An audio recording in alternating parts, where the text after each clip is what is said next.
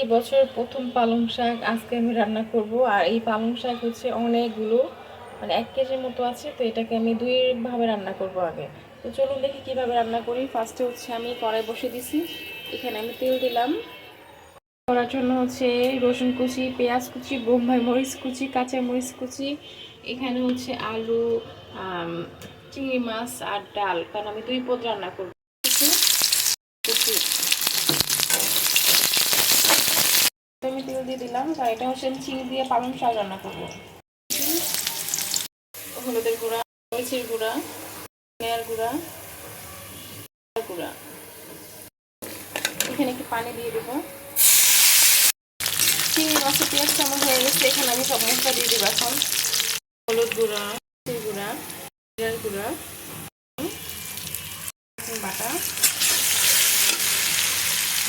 একটু পানি দিয়ে দেবো। এখানে আমি ডাল দিয়ে দেবো। ডালটাকে এটার সাথে আমি খুব সুন্দর করে কষিয়ে নেব।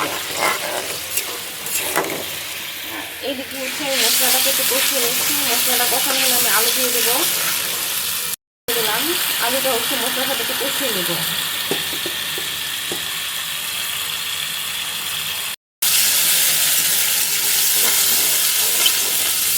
ডালটা কিন্তু আমার খুব সুন্দর কষানো হয়ে গেছে। এখন আমি পানি দিয়ে দেবো, পরিমাণ পানি দিয়ে দিলাম। এই পানি দিয়ে আমার ডালটা হয়ে যাবে, আর পানি দিব না।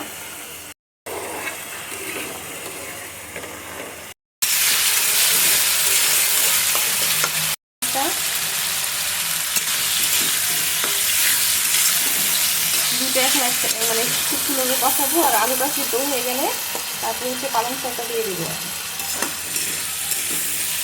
কিছু দিয়ে দিলাম, এখন হচ্ছে আমি পালং শাকটা দিয়ে দিব।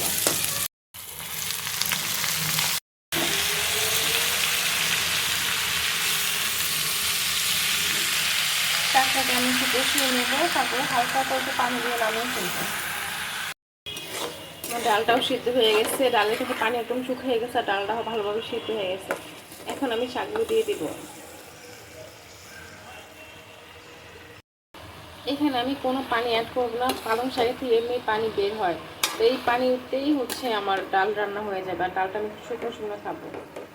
ডালের উপরে আমি দিয়ে দিব হচ্ছে বোম্বাই মরিচ আর কাঁচা মরিচ, এটাতে একটু নেড়ে চেড়ে রাখবো। আর হচ্ছে 2 থেকে 3 মিনিট পরে হচ্ছে আমি নামিয়ে ফেলবো,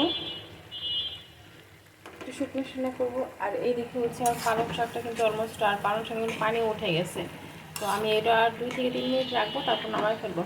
কারণ বেশি রাখতে গেলে দেখা যাচ্ছে শাকটা মানে খাবারটা নষ্ট হয়ে যাবে। আর একদম আমি কিন্তু একদম মানে চুলার আগুন একদম ফুল স্পিডে দিছি, কারণ কমিয়ে রাখলে হচ্ছে কালারটা নষ্ট হয়ে যাবে। যাই হোক, 5 মিনিট 2 থেকে 3 মিনিট পরে আমি নামিয়ে ফেলবো।